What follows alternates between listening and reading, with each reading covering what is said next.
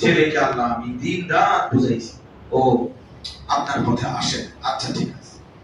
মেয়েকে আল্লাহ আমি দিন রাত বুঝাইছি, ও পর্দা পর্দা করে না, আচ্ছা ঠিক আছে। কিন্তু আল্লাহ তাআলা বলেন, নিজেরটা বললেন, তুমি কেন নামাজ পড়ো, তুমি কেন হালাল পথে চলতে পারো, তুমি কেন হারামের উপরে এত লম্বা সময় টিকে থাকবে? তখন কি হবে? এই কথাটাই আমরা নবীজিকে পর্যন্ত, বন্ধু সবার ব্যাপারে একটা না একটা জবাব হয়তো দিতে পারবেন, আপনি নিজের ব্যাপারে কোনো জবাব শোনা হবে না, আমার আমল দেখা হবে। এখানে কোনো অজুহাত পেশ করলে হবে না, আপনি আপনার ব্যাপারে আদিষ্ট। লা তুকাল্লাফু ইল্লা নাফসাক ওয়া হাররিদিল মুমিনিন, তবে মুমিনদেরকে উৎসাহিত করতে হবে।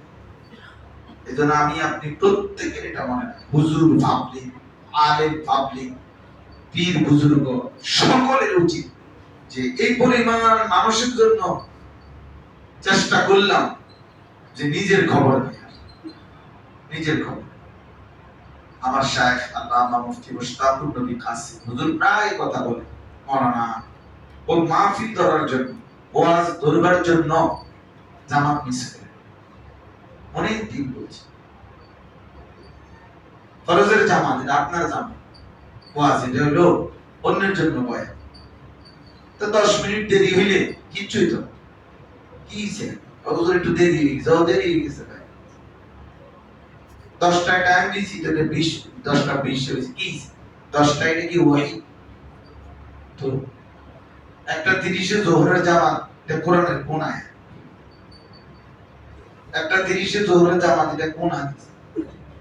তাই এটা 10 মিনিট দেরি হলে কি? এরকম হুজুর বলেন যে মাহফিল না একটু দেরি হবে, কিন্তু জামাত যেন না ছুটে,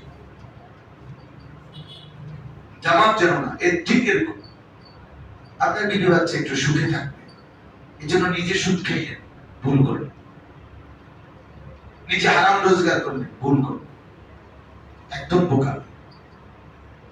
কোন অবস্থাতে আমার ঈমান, আমার আখিরাত পরকাল এক যারা ক্ষতিগ্রস্ত করা যাবে।